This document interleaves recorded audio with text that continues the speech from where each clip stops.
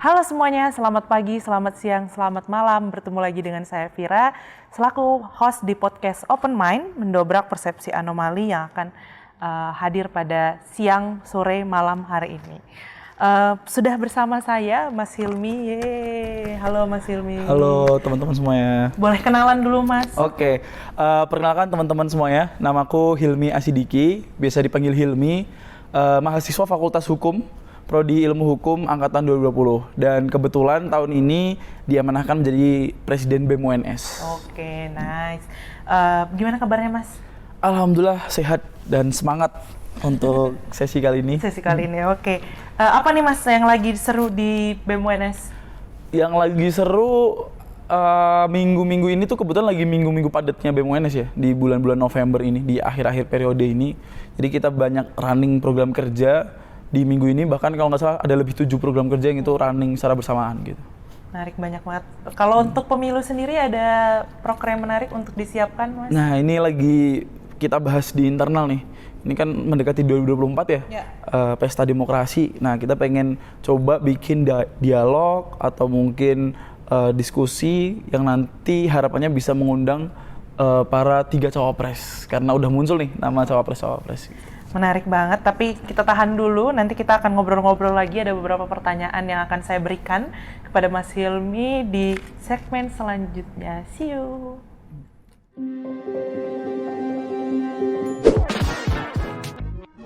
Oke, sebelumnya nih Mas, bahas-bahas tentang pemilih pemula, Mas Hilmi udah pernah milih belum sebelumnya? Kalau aku sendiri untuk nyoblos ya, itu tahun 2019 kebetulan udah nyoblos. Oh oke. Berarti usianya berapa itu Mas? Waktu itu 18. Oke, berarti itu udah merasakan euforia memilih ya? Euforia memilih pertama kali. Pertama kali, oke. Nah, waktu jadi pemilih pemula, mungkin kita cerita pengalaman-pengalamannya aja ya Mas ya. Waktu pertama kali memilih gitu, dan ibaratnya belum pernah ikut terlibat dalam pesta demokrasi, pasti kan mungkin ada kebingungan dalam mencari informasi gitu. Gimana sih Mas caranya tuh untuk melakukan filterisasi informasi supaya Mas Hilmi pada saat itu tidak termasuk dalam echo chamber atau filter bubble gitu? Oke.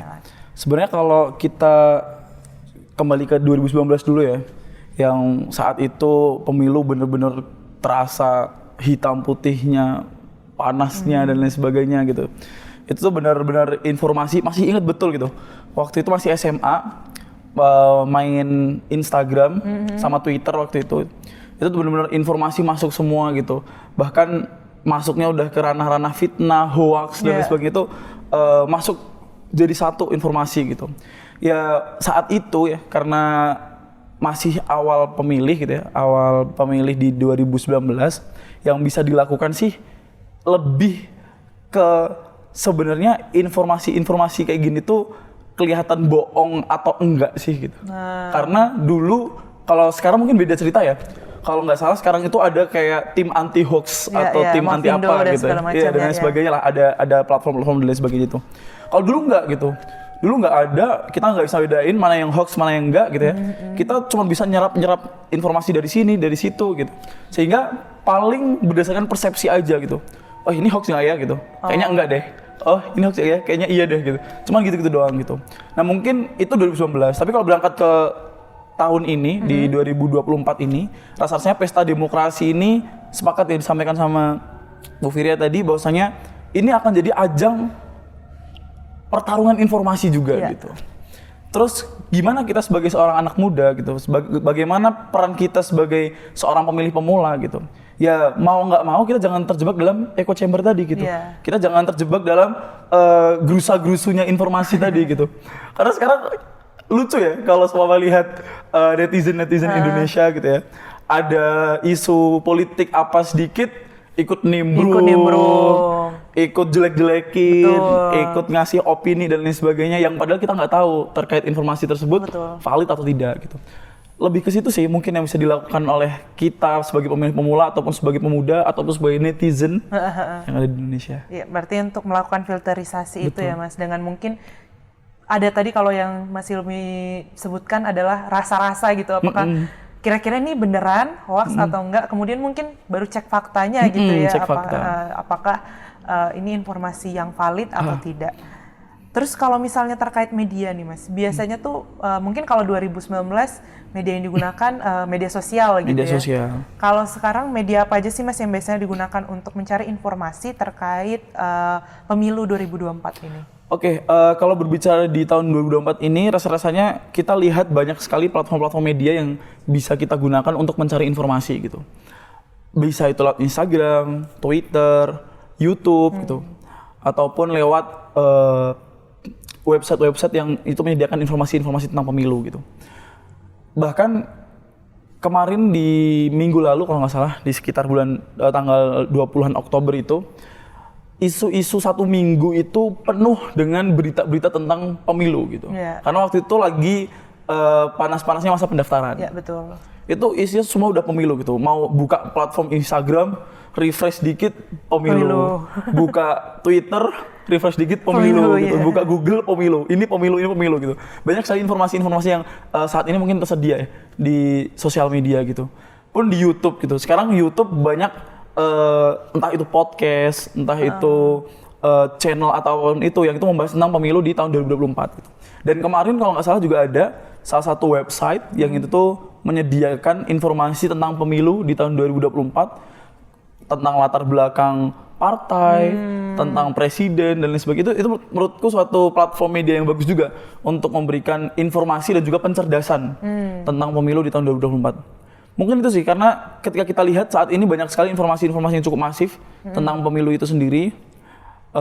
Bahkan rasa-rasanya bagi teman-teman media, pemilu itu jadi ajang gorengan juga mungkin ya. Mungkin lebih dari informasi yang disediakan itu bukan hanya tentang pemilu gitu, tapi mungkin tentang latar belakang satu sosok apa gitu. Ntar dikulik sisi-sisi lainnya gitu, dikulik ini itu gitu.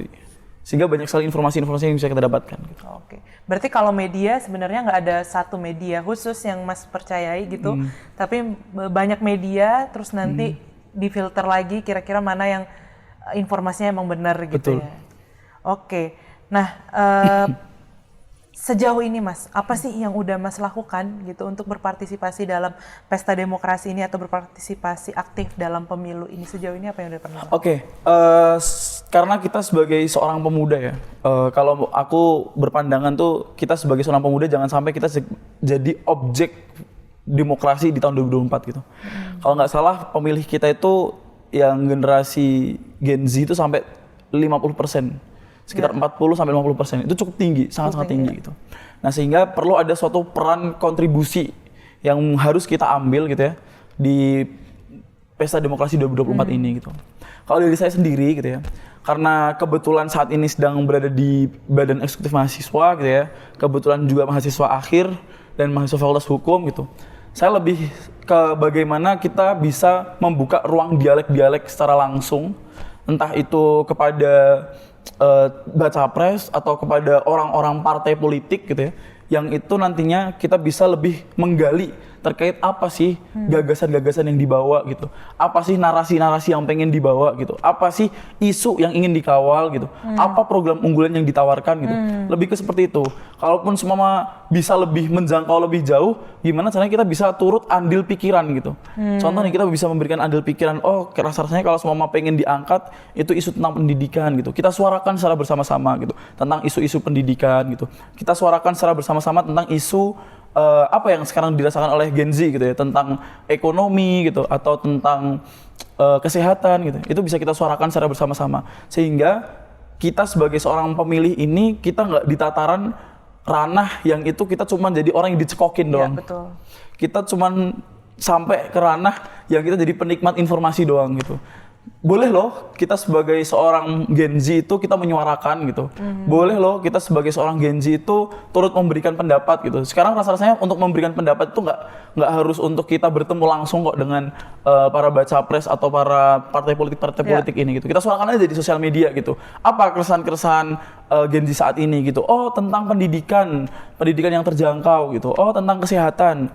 Oh tentang aksesibilitas transportasi atau apapun itu bisa disuarakan melalui sosial media gitu atau melalui kanal-kanal apapun yang kita milikin gitu. Sehingga saya lebih berpandangan bahwasanya tadi kita sebagai Gen Z, kita sebagai salah satu pemilih muda juga yang suaranya cukup besar tadi ya, 40-50% itu eman-eman Kalau kita cuman di tataran menikmati informasinya doang, kita di tataran cuman dicekokin doang, kita di tataran sebagai bahkan kalau bisa dikatakan tuh sekarang tuh pemilu 2024 nanti akan jadi jualannya anak muda gitu loh. Iya.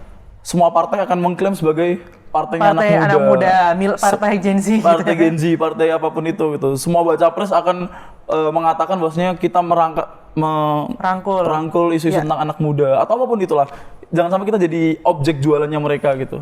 Lebih ke kita ambil peran di sana. Gitu. Oke, berarti sebenarnya kalau saya dengar red flag juga ya Mas ya. Ini ada kalau anak muda zaman sekarang kan bilang itu red flag ya. Iya. Kalau misalnya menjadikan anak muda ini sebagai salah satu ajang untuk promosi dan kayak dijadiin segmen utama gitu ya untuk promosi gitu. Berarti itu Mas bisa melihat bahwa kalau yang kayak gitu mungkin bisa jadi red flag untuk para calon tadi. Tapi dari pengalaman Mas Hilmi atau keadaan sekitar ada nggak sih Mas yang mungkin Gen Z ini, kan biasanya Gen Z ini kita anggapnya sebagai cerdas dan kritis gitu ya. Ada nggak yang kayak bodo amat lah sama demokrasi ini gitu, yang penting saya tetap tinggal di Indonesia gitu misalnya, jadi nggak ikut berpartisipasi aktif gitu. Masih banyak nggak sih Mas di sekitaran Mas Hilmi? Kalau di sekitarku ya mungkin lebih ke banyak beberapa yang kita temuin memiliki sikap yang seperti itu. Lebih ke nggak nyoblos ataupun nyoblos kayaknya ya nasibku masa depan ya ada di tanganku sendiri. Gitu. Mau nyoblos atau nggak nyoblos kayaknya mereka juga ngasih makan gitu. Mau nyoblos atau nggak nyoblos kayaknya ya nilai IPK aku ya segitu-segitu ataupun itulah gitu. Ya sebenarnya kurang rasional ya kalau perbandingan nyoblos dibandingin dengan hal yang seperti itu tadi gitu. Tapi memang ada yang beberapa mungkin kaum milenial ataupun Gen Z yang memiliki pandangan-pandangan seperti itu gitu. Lebih ke lagi-lagi ya, pesta demokrasi ini rasa-rasanya perlu ada banyak sekali pencerdasan tentang pentingnya demokrasi di Indonesia itu sendiri. 2024 ini kita adalah momentum 5 tahunan. Pesta demokrasi, pesta rakyat gitu. Jadi kalau semua teman-teman saat ini masih memiliki pandangan-pandangan bahwa teman-teman nggak mau nyoblos atau nggak mau ambil andil di pesta rakyat tersebut atau pesta demokrasi tersebut gitu ya. Jangan sampai justru suaranya teman-teman dipermainkan gitu. Iya, atau mungkin malah suaranya teman-teman nanti disalahgunakan. Karena kita nggak ada yang tahu ya. Sempat viral tuh di tahun 2019 kemarin ada yang TPS ketika udah tutup, udah selesai pencoblosan, ternyata ada pegawainya yang nyoblos-nyoblos gitu. Itu ya kita nggak tahu ya itu benar atau enggak gitu. Tapi jangan sampai hal kayak gitu tuh terjadi lah di tahun 2024 ini. Salah satu cara pengurangnya gimana? Ya udah, ayo datang ke TPS, gunakan hak kita gitu ya. Kita coblos baca pres atau partai politik yang itu sesuai dengan isu yang kita inginkan gitu ya. Sehingga kita bisa aktif dan ikut merayakan pesta demokrasi di 2024. Apa sih Mas yang mendasari mungkin teman-teman Mas itu ya? Saya penasaran juga gitu, karena kalau saya dari pribadi ini sebuah keseruan gitu ya, kayak nonton Game of Thrones malah menurut saya jadinya kayak suatu keseruan untuk ikut dalam ini. Nah, kalau dari perspektif Gen Z, apa sih Mas yang sebenarnya tuh mendasari muncul kemalasan itu gitu? Apa mungkin suaranya tidak didengar atau gimana biasanya Mas? Oke, kalau pandangan pribadi saya, kenapa sikap-sikap tersebut bisa muncul gitu? Yang pertama, karena tadi ada suatu perbandingan yang irasional lah terkait pemilu ini dengan kebermanfaatan yang didapatkan gitu. Membandingkan mencoblos dengan, kalau aku nyoblos sama gak nyoblos kayaknya sama aja nasib bangsa ke depan. Paling ya sama-sama jeleknya atau mungkin paling gitu-gitu aja gitu. Atau mungkin ini paling gak bermanfaat sama aku gitu. Aku sukses atau enggak, aku dari bisa presiden. Ya, aku bisa kaya nggak tergantung dari presidennya siapa gitu. Itu kan suatu perbandingan yang kurang rasional juga kan. Itu yang pertama. Terus yang kedua, sebenarnya lebih ke sikap dari yang pertama yang tadi ya. Dari yang poin yang pertama tadi itu bisa ditarik karena mungkin sikap pragmatisme juga dari para Gen Z ini gitu. Yang menginginkan suatu kebermanfaatan itu harus benar-benar harus bisa diterima secara langsung. Gitu bisa langsung dirasakan. Ya aku kalau mau nyoblos kamu ya kebermanfaatannya apa gitu yang bisa aku rasakan langsung gitu. Itu mungkin sangat-sangat dirasakan oleh para Gen Z gitu. Terus yang ketiga gitu ya, lebih ke ini sih Mbak. Ini mungkin bisa dilihat secara general ya melalui platform-platform media di Instagram maupun di Twitter gitu. Kita lihat kayaknya akhir-akhir ini tuh banyak masyarakat juga yang akhirnya tuh males. Lebih ke sikap, alah paling pemimpinnya kalaupun yang terpilih si A atau si B paling gitu-gitu aja bangsa, nggak ada perubahan yang cukup signifikan gitu. Ada suatu apa ya namanya, pesimistis lah dari Gen Z itu sendiri terkait perbaikan-perbaikan yang ditawarkan oleh para calon-calon ini, oleh para partai-partai ini. Mungkin itu sih, 3 hal itu yang pada akhirnya membuat Gen Z itu bersikap bodoh amat terhadap pesta demokrasi di 2024. Oke, menarik banget Mas ini, tapi mungkin karena waktunya juga dan kita sebenarnya masih ada pertanyaan dari Gen Z juga dan para pemilih pemula, jadi nanti kita akan lanjut di segmen selanjutnya.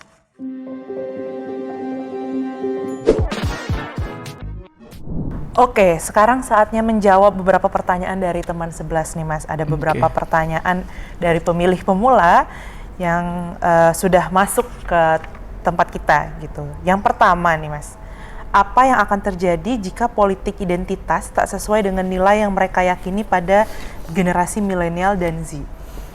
Terkait politik identitas nih berarti Mas. Oke, ini menarik ya. Sebenarnya kalau berbicara tentang politik, ya politik itu sangat beridentitas gitu. Ya sekarang kita lihat gitu, berbagai macam partai yang ada di Indonesia ini memiliki identitasnya masing-masing gitu. Justru akan sangat aneh ketika partai politik itu tidak memiliki identitas. Betul. Itu yang pertama, yang perlu kita pahami bersama-sama. Terus yang kedua, memang politik ini memiliki identitas, tetapi jangan sampai identitas itu yang justru dipermainkan untuk meraup keuntungan-keuntungan politik gitu. Nah, ini yang pada akhirnya perlu digarisbawahi. Nah, kalau saya tadi poinnya adalah tentang bagaimana si Gen Z menyikapi terkait politik identitas itu sendiri ya. Nah, kita sebagai seorang Gen Z atau mungkin sebagai seorang pemuda yang mungkin baru pertama kali memilih nanti di 2024 gitu, rasa-rasanya udah gak saatnya deh kita kemakan sama narasi-narasi politik identitas itu sendiri. Sekarang mungkin di 2024 ini nanti politik identitasnya bukan lagi agama. Kalau selama di 2019 narasi agama itu sangat kencang banget gitu. Di tahun 2024 ini mungkin isunya bukan lagi isu agama gitu. Kalau di pembacaan saya, mungkin nanti politik identitasnya adalah tentang pemuda. Narasi-narasi pemuda tadi yang disampaikan gitu. Kita tuh 40% pemilih loh yang muda ini gitu. Pasti itu akan jadi alat permainan politik gitu. Entah gimana caranya para baca pres ini, para partai politik ini meraup keuntungan sebanyak-banyaknya dari suara-suara anak muda gitu. Dan pasti nanti akan salah satu cara yang dilakukan adalah menjual narasi anak muda atau menjual identitas anak muda itu sendiri gitu. Nah sekarang gimana caranya kita bisa keluar dari narasi-narasi tersebut, kita bisa keluar dari permainan politik identitas tersebut dengan apa gitu. Tadi teman-teman, kita fokus aja sama isu kawalan-kawalan atau mungkin bahkan program-program yang ditawarkan dari partai politik ataupun dari baca pres ini gitu. Sehingga kita nggak terjebak sama politik identitas. Kita nggak terjebak sama narasi-narasi, oh ini yang si paling anak muda gitu. Oh ini yang si paling Indonesia, oh ini yang si paling NKRI, atau oh ini si paling apa. Kita nggak terjebak di ranah-ranah seperti itu gitu. Kita lebih ke fokus pada substansinya. Politik adalah tentang gagasan-gagasannya, kita fokus pada gagasan-gagasan tersebut. Oke, jadi nggak mudah percaya gitu ya, betul. Harus benar-benar ngelihatnya itu menyeluruh, mulai dari visi misinya, apa yang mereka tawarkan gitu, bukan yang ditawarkan di sini juga bukan yang kayak oh karena anak muda banget nih misalnya, betul. Oh ini karena si paling nasionalisme gitu ya, betul. Tapi yang benar-benar apa sih visi misinya untuk Indonesia secara keseluruhan gitu, karena masyarakat Indonesia juga bukan anak muda aja doang. Iya, takutnya kita terlalu mikirkan diri sendiri. Iya kan? benar. Oke, nah ada pertanyaan lagi Mas, bagaimana cara mengembalikan marwah pelaksanaan sistem demokrasi dalam negeri yang masih banyak menuai catatan dengan terlibat aktifnya generasi milenial dan generasi Z? Mungkin ini ya Mas, saya juga menurut pandangan Mas Hilmi juga gitu, ada beberapa yang mungkin dicalonkan gitu, tapi ternyata mantan koruptor gitu, terus kayak itu kan cukup mengganggu dari pesta demokrasi ini gitu, karena gimana kita mau percaya dengan satu orang dengan backtrack mereka, dan anak-anak Gen Z ini kayaknya udah mulai pinter gitu ya untuk mencari backtracknya, kira-kira ini orang red flag nggak atau aman apa nggak untuk dipilih. Kalau menurut Mas sendiri gimana? Oke, ini bahasan yang sangat menarik. Demokrasi sebagai suatu sistem itu pasti ada lubang-lubang cacatnya. Itu pertama yang perlu kita sepakati terlebih dahulu gitu. Lalu yang kedua, demokrasi ini memiliki suatu hak kedudukan seluruh masyarakat Indonesia itu memiliki hak yang sama gitu. Entah itu seorang profesor, entah itu seorang guru besar politik, guru besar hukum dengan mahasiswanya, atau mungkin bahkan dengan masyarakat yang tidak mengambil jenjang pendidikan tinggi, itu memiliki hak yang sama gitu. Satu suara, one man one vote gitu. Nah, demokrasi memiliki banyak sekali kekurangan-kekurangan, demokrasi memiliki banyak sekali lubang-lubang kecacatan yang itu perlu disorotin dan perlu pengevaluasian. Nah, apa yang pada akhirnya menjadi tentang marwah pelaksanaan pesta demokrasi ini, itu tentu termasuk dalam lubang-lubang kecacatan ini. Sekarang mau berbicara tentang koruptor gitu ya. Ini bukannya saya membela koruptor yang mengajukan diri sebagai caleg ya? Caleg ya biasanya ya? Iya, caleg biasanya. Bukannya kita mendukung mereka ya. Tetapi ketika narasi-narasi tersebut muncul gitu ya, itu nanti pasti akan ada narasi pengcounternya. Narasi yang mungkin akan dilontarkan oleh pihak korup ini. Loh kan kita sebagai masyarakat punya hak yang sama, hak dipilih dan hak memilih. Ya. Sehingga kalau semua dibatasin berarti hak saya diganggu dong gitu.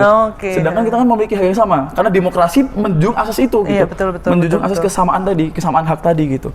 Nah pun dengan aspek-aspek lainnya gitu. Kemarin ada cukup yang menarik, ini mungkin agak sensitif sedikit bahasnya, tentang politik dinasti gitu. Oh ya, betul. Kan wali kota Solo maju nih gitu. Ya. Nah, tapi ada balasan counternya gitu. Loh, wali kota Solo punya hak juga gitu untuk maju, entah dia anak siapapun itu punya hak gitu. Ya benar gitu. Itu satu narasi yang betul gitu. Karena memang di dalam demokrasi ini semua orang memiliki hak. Nah tadi karena demokrasi ada asas yang tadi pada akhirnya semua orang itu memiliki hak yang sama untuk dipilih dan memilih gitu. Sehingga untuk kasus yang koruptor maju lagi itu memang akan menjadi suatu kecacatan sistem demokrasi itu sendiri yang pada akhirnya akan tersorot oleh masyarakat gitu. Itu yang mungkin kasusnya tentang koruptor yang nyalek lagi. Belum nanti kasus-kasus yang biasanya kalau semua pesta demokrasi itu kecatatannya banyak yang di teknis-teknis pelaksanaan pemilu ya. Ntar contoh kalau di tahun kemarin tuh ada yang pengawas TPS yang meninggal sampai 600 orang, itu kan jadi suatu kecacatan juga gitu, kecacatan teknis gitu. Entah nanti di tahun ini kecacatannya apa, ya itu merupakan suatu hal yang pada akhirnya ya demokrasi itu ini gitu. Ada kelebihannya, ada kekurangannya yang perlu kita sama-sama evaluasi. Yang jelas kita jangan sampai mengendorkan suatu fungsi kita juga untuk check and balance betul itu. Dalam demokrasi. Jadi mungkin kalau misalnya disampaikan tadi ada yang tadi mas koruptor bisa ngajuin gitu ya, kita juga cek juga gitu dan jangan kayak menyalahkan satu orang aja, tapi dari kita sendiri juga harus pintar-pintar juga ya untuk memilih gitu. Ada pertanyaan lagi mas, pertanyaan terakhir juga ini. Lalu bagaimana respon Gen Z dan milenial terhadap fenomena para artis yang diusung menjadi kader calon legislatif oleh parpol? Mungkin ini juga kaitannya sama demokrasi tadi ya mas ya, gimana mungkin ya artis juga manusia berhak juga ya.